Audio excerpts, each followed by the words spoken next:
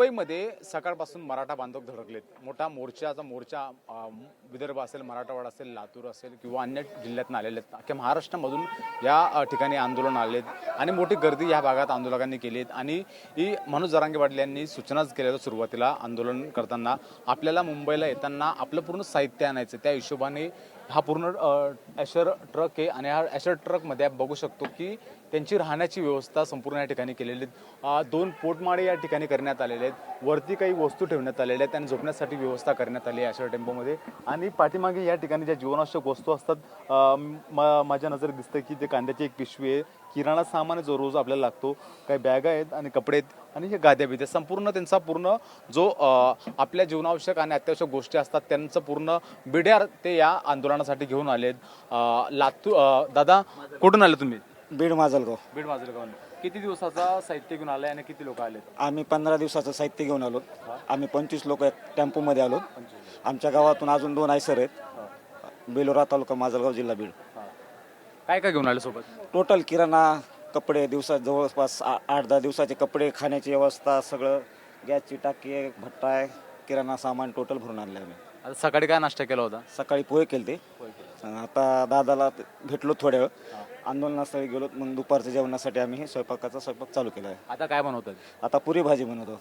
तर बघू शकतो की आपले सहकारी त्यांच्यासोबत त्यांनी संपूर्ण साहित्य आणलेत आणि बघू शकतो की पुऱ्या बनवण्याचं काम चालू आहे. तिकडे भाजी कुठली भाजी? आलूची भाजी, बटाटा. किती किलो बटाटे घेऊन आले? आता सध्या ती 2 किलोची केली. सध्या बटाटे आम्ही 10-15 किलो आणलेले. 2 किलोची भाजी केली. कुठले कुठले भाजी साहित्य आणले सोबत? वांगे, बटाटे, तुरीची डाळ आणली. 3 दिवसात खाऊन नाही, नंतर भाजीपाला मुंबईमध्ये भेटतो म्हणून आम्ही भाजीपाला जास्त आणला नाही. भाजी खराब होते मुंबईमध्ये. आपल्याला येताना काल वांगे सुद्धा आणलेत आम्ही, बटाटे घेतलेले, मिरची ताजी, कोथिंबीर ताजी मुंबईमध्ये भेटते म्हणून आम्ही दुसरा भाजीपाला जास्त आणलेला नाही. फक्त गहू, आटा, तेल, बाकीचं सामान आम्ही गावाकडून आणलेलं आहे. तेल किती किलो घेऊन आले? 15 किलो तेल आणले. 15 किलो तेल. हो. मिरची, मसाला, टोटल सामान आम्ही 15 दिवस आम्ही 100% इथं मुद्दाम पार्किंग आम्ही तशा पद्धतीने केली. कारण की आम्ही येताना पाटलाच्या पाठीमाग आलो. पार्किंग आझाद मैदानाच्या दारातच आम्हाला ठेवायचे. कंटिन्यू आम्ही इथंच राहणार आहेत 15 दिवस, हलणारच नाहीत. जोपर्यंत पाटील येते तोपर्यंत आम्ही इथंच राहणार आहेत. घरी कोण कोण असतं? घरी आई, मुलगा आहे, पत्नी.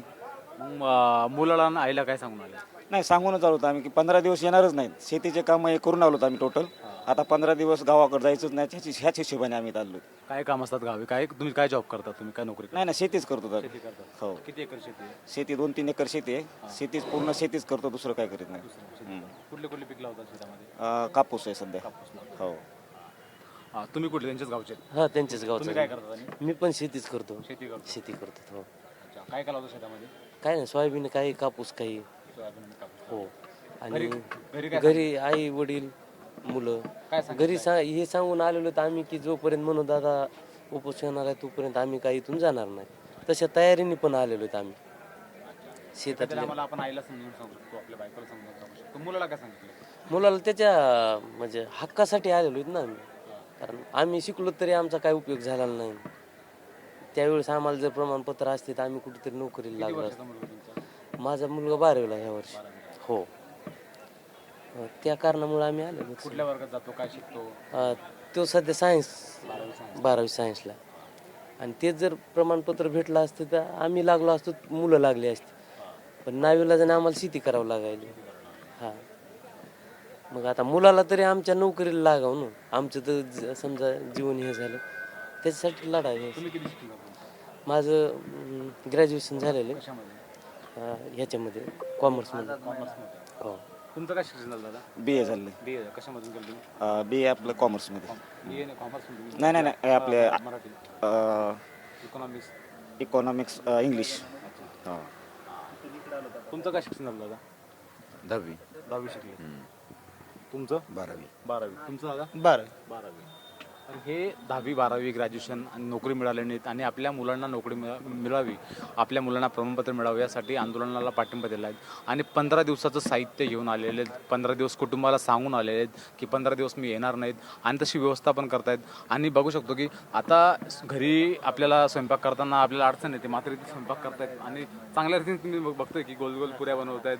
काय आता म्हणजे पहिल्याच दिवस आम्हाला काय अडचण आली? मला पहिल्यापासून, लहानपणापासून शाळेत जात असल्यापासून स्वयंपाकाचा आवड आहे. आणि मी स्वयंपाक चांगल्या पद्धतीने बनवतो. समजा पुरी भाजी इतर सुद्धा आयटम चांगल्या पद्धतीने मी बनवू शकतो समजा, आणि आवड सुद्धा आहे मला बनवण्याची. आता इथं येत ना, आता मुबलक म्हणजे साहित्य नाही, काहीतरी गोष्टींची अडचणी तर पहिल्या दिवशी काय काय आम्ही टोटल जेवढं घरी सामान लागतं तेवढं सामान इथं घेऊन आलो. कारण 15 दिवस पुन्हा ह्याला त्याला मागायची गरज नाही, हे बत्ताईच नाही. बत्ताई टोटल म्हणजे जेवढं सामान घरी लागतंय तेवढं सामान आम्ही टेम्पोमध्ये घेऊन आलो. तुम्हाला काय अडचण येते का बनवायला, की तुम्हाला पण स्वयंपाक येतो? नाही बनवा येते. शाळेत असताना आम्ही बनवूनच खाल्लेलं आहे. अडचण एवढीच आहे की ते पाण्याची सोय नाही, तेवढी पाण्याची सोय नाही.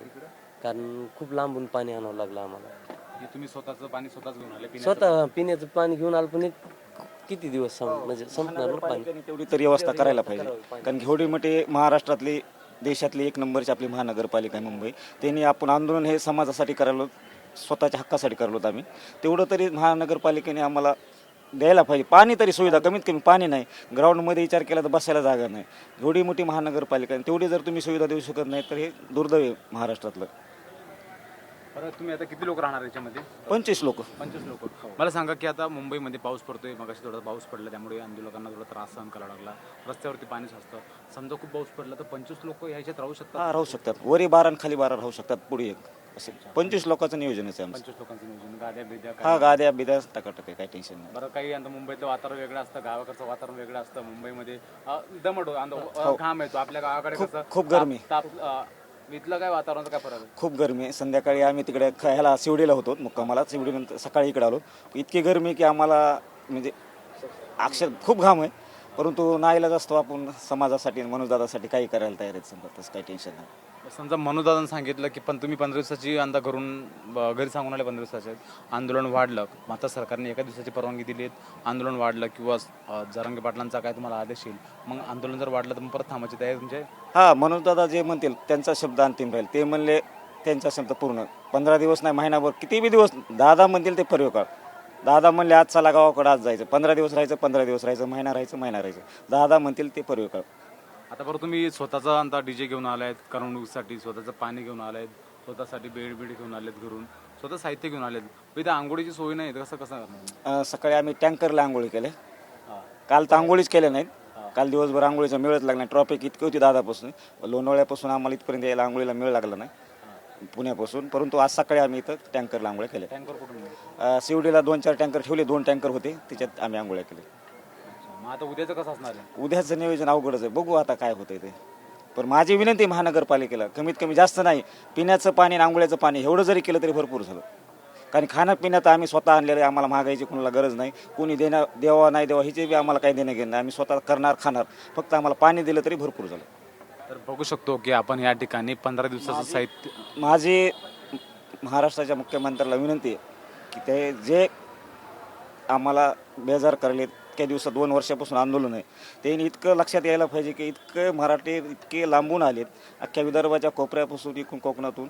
मग इतका पाऊस पाणी चालू आहे, त्यांना माझी कळकळीची विनंती. मी भाजपचा कार्यकर्ताच होतो पहिला जुना, आणि अजून बी होतो, गेल्या लोकसभेपर्यंत होतो.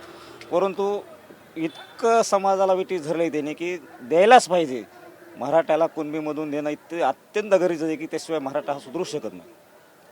कारण की पैसे, फीस भरायला पैसे नाहीत, शिक्षणात खूप अडचणी येतात. कारण की आज MBBSला बघा कट ऑफ 580ला झालं ओपनचं, OBCचं 508ला झालं काहीतरी. मग इतका फरक, 80 मार्काचा फरक जर इतका होत असेल ओपनमध्ये आणि OBCमध्ये, मार्कमध्ये बी आणि पैशामध्ये बी खूप सवलती, त्याच्यासाठी आम्हाला मराठा समाज हा खूप गरीब आहे.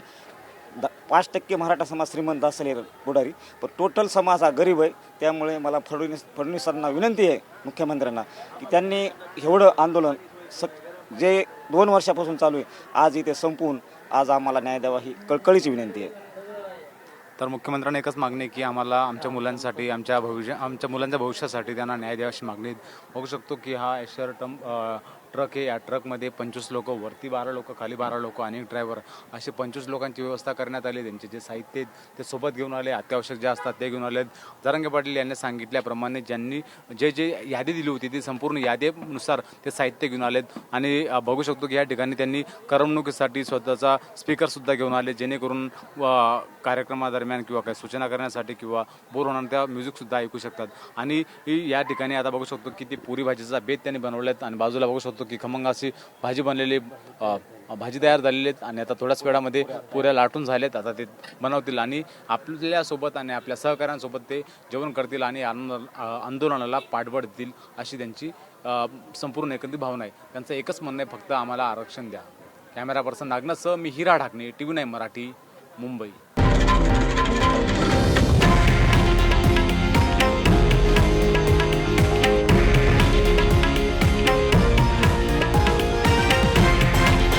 हे आहे देशातील नंबर 1 न्यूज नेटवर्क आणि आपण पाहत आहात TV9 मराठी, एकमेव.